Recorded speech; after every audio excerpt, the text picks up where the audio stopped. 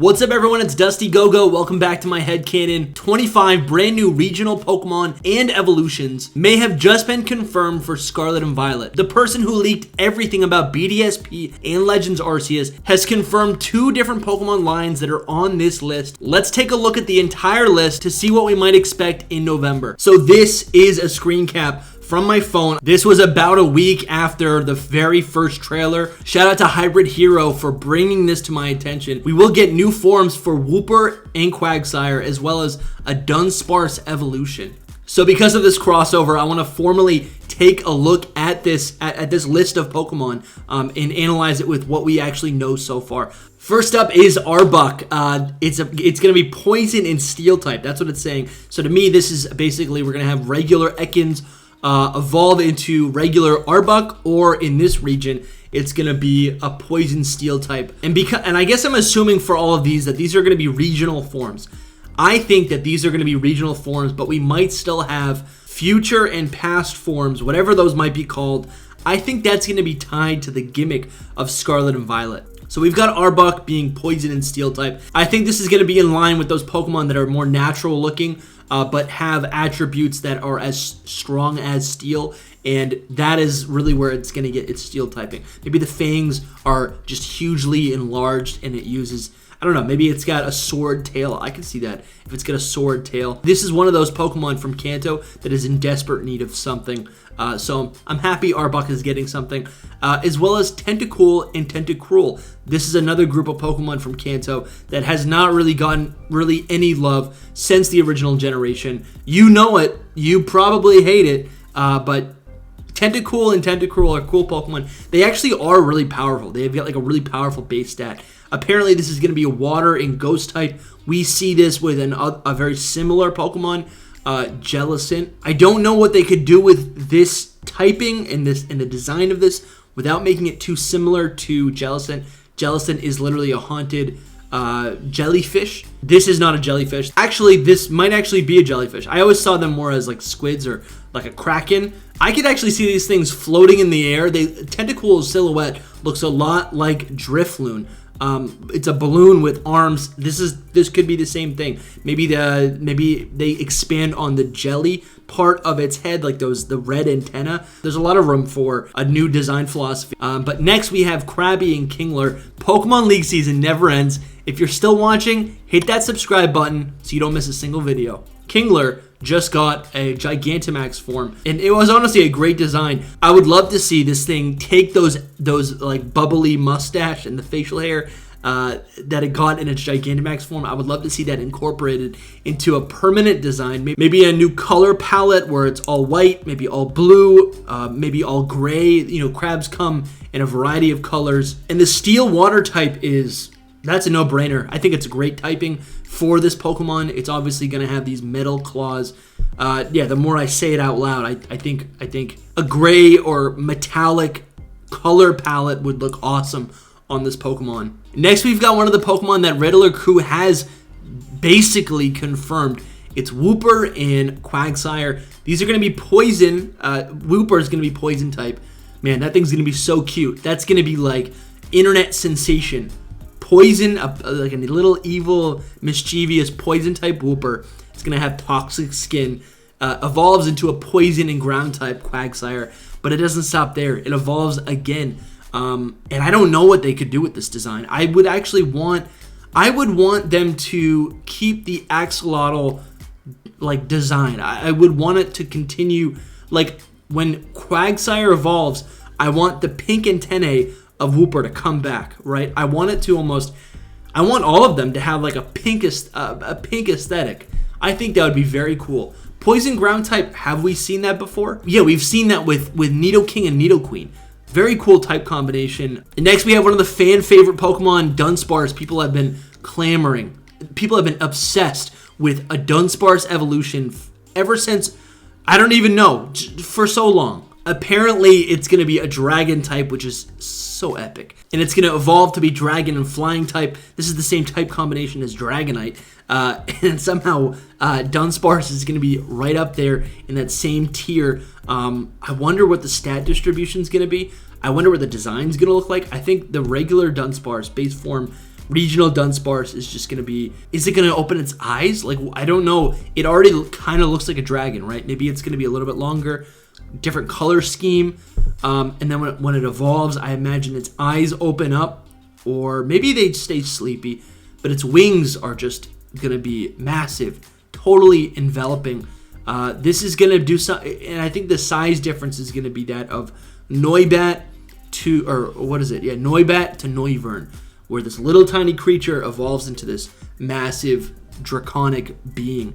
Next, we kind of have a curveball with a Psychic and Ghost type Claydol and Baltoy. These are weird Pokemon. They actually, I think the origins are that they were created by ancient people within the Hoenn region. This is a type of inanimate object, so I always saw it being possessed or given some sort of sentient ability. So maybe when that sentience dies out, it essentially becomes this ghost form, and that can be the in-world lore behind it. Because it is so stiff, I could see it having ghostly arms or some sort of ghostly aura around it that it would use, kind of like Cofagrigus. Another Hoenn Pokemon is Luvdisc. It's going to be Fairy and Water type, which makes a lot of sense. Fairy type did not exist when it was first introduced, and Luvdisc is such a boring Pokemon. Just being Water type is so boring. Like, we've had Water type fish Pokemon for as long as I can remember. So to give it a Fairy type, that's a little one-up.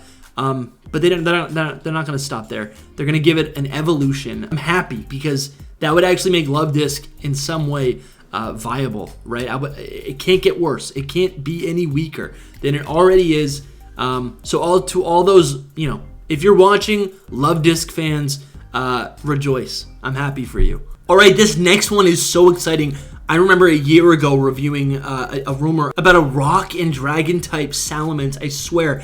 I've seen rumors about this before, and I really want it to be real. I almost want it to be a thing where this was a legitimate leak at one point, and like the design just kind of got pawned off to Gen 8, then maybe off to Gen 9, and we're finally going to see it. So the backstory of Bagon is that this little dragon Pokemon wanted to fly so bad that it would continuously run off of a cliff and land on its head until it was able to finally fly. That's the dream. That's what it did. That is the legend of Bagon and why it has a rock-hard head. And it's the reason why when it evolves into Shelgon. So I love that this could potentially be real. We have a regular Dragon-type Bagon that evolves into a rock and Dragon-type Shelgon. This thing's going to be so strong, so powerful. And because it evolved into a regional form, it's no longer going to fly. It's going to evolve into a Salamence that's landlocked, never learns how to fly, but it's going to be this disgusting, powerful, menacing, gargoyle-type dragon. It's going to be a cave dragon, similar to Druddigon, but I think way more fierce. It is a pseudo-legendary Pokemon. It's going to have those stats. I can't tell you how excited I am for a rock and dragon-type Salamence. If this is real, I'm so excited. I want this Pokemon to be real. What do you guys think of, do you think that actually would be a cool design? I think that'd be so cool. Literally, this time last year, I was reviewing rumors about literally a rock and dragon type Salamence. I want this to be real so bad. Next up, we have a really boring entry. We have a normal type rodent Pokemon getting a new regional form to become dark and normal type. We got it with Zigzagoon. We got it with Rattata. Now we're apparently going to get it with Patrat and whatever it evolves into. I don't really know what they would do with this. I don't even know why it would be dark type. You think it'd be like electric type, considering it's got like the original one has sensors in its eyes to be able to see at night and to be able to see at long distances. You would think it'd be electric type of some sort, or maybe bug type, psychic type would make sense. I guess this thing's just going to be playing dirty in some sense. It's going to be normal. It's going to be dark and normal type, and it's going to evolve one more time with that regional evolution. Like, is it going to look like Obstagoon? I have no idea. We've got 2 more Pokemon lines to go over. These are very exciting. A water and dark type Sandile line, a Crocodile line. And this is very obvious, right? Like, it's an alligator or a crocodile. I'm sorry, crocodile. This is a crocodile Pokemon. You would think from the start it would be water and dark type. The original design is based on a desert climate, so it does all the same things that a crocodile does, but in the dirt. This thing basically is becoming an alligator. This thing is becoming waterbound and essentially an alligator. I'm pretty sure, I mean, you can correct me if I'm wrong, but I'm pretty sure the difference between a crocodile and an alligator is that one lives in the water primarily, one is landlocked. But this is so cool. This is essentially another Feraligatr, but it actually has the dark type. It's still going to be evil. Still going to have the wicked cool glasses.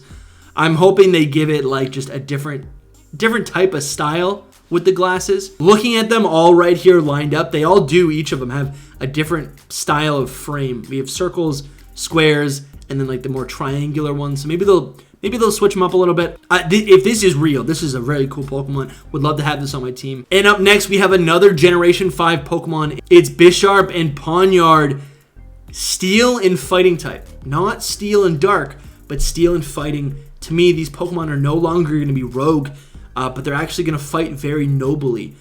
Fighting type to me has always been the counter to the Dark type, which is essentially the evil type. Fighting type is the Justice type. Think of the Swords of Justice, again, from Generation 5. Right now, this Pokemon has hidden blades throughout its body. I would love if those hidden blades stay outwards and it has these permanent, or maybe they can retract, these sword-like appendages that it can use for combat. Its arms already are made of steel. This steel fighting, such a cool design. This is another Pokemon that I would love to see.